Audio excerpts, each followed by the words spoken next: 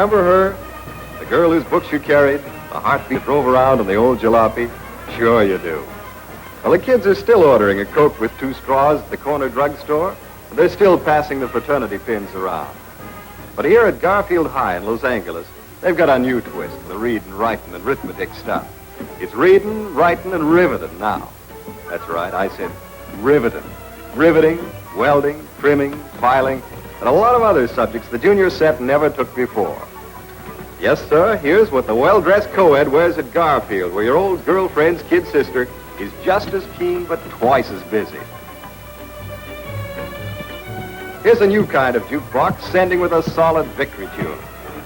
Working right in their own school shop for Avion, the subcontractor supplying parts to Southern California aircraft companies, these 16 to 18-year-old Garfield kids spend 4 hours a day on book learning and 4 on the production line.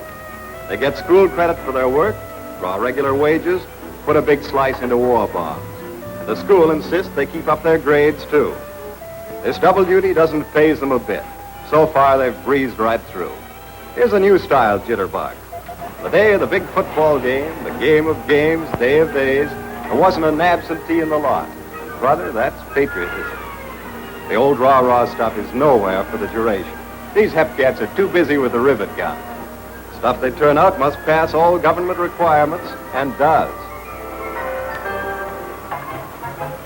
Avion and Army Air Forces inspectors can't praise their work on these nacelle doors for Douglas planes too highly.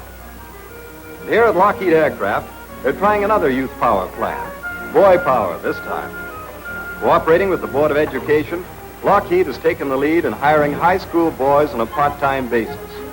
They used to tinker with jalopies, but working on jigs this size takes them right out of the tinker class. They're big time now, helping out on one of the hot planes of the war, the Lockheed Lightning. Small fry? Sure.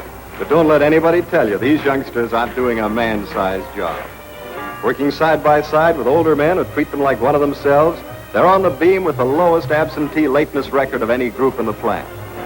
Foremen rate them on a par with old-timers. They learn fast, at a stiff pace, keep it up.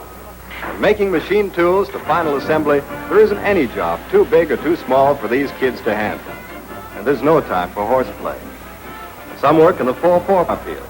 Others work an 8-hour shift a month, go to school for a month. All of them are helping Lockheed meet towering production goals.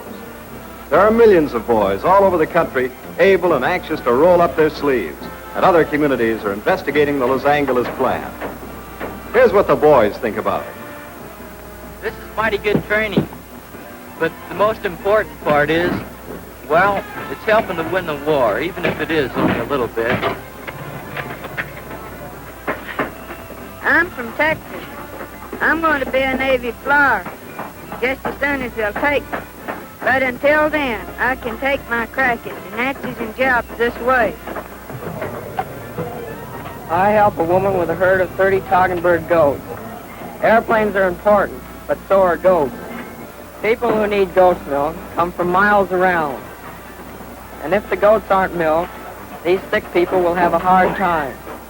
Goat's milk has a smaller curd than cow's milk and is therefore more easily digested. So I guess I'm helping people on both jobs.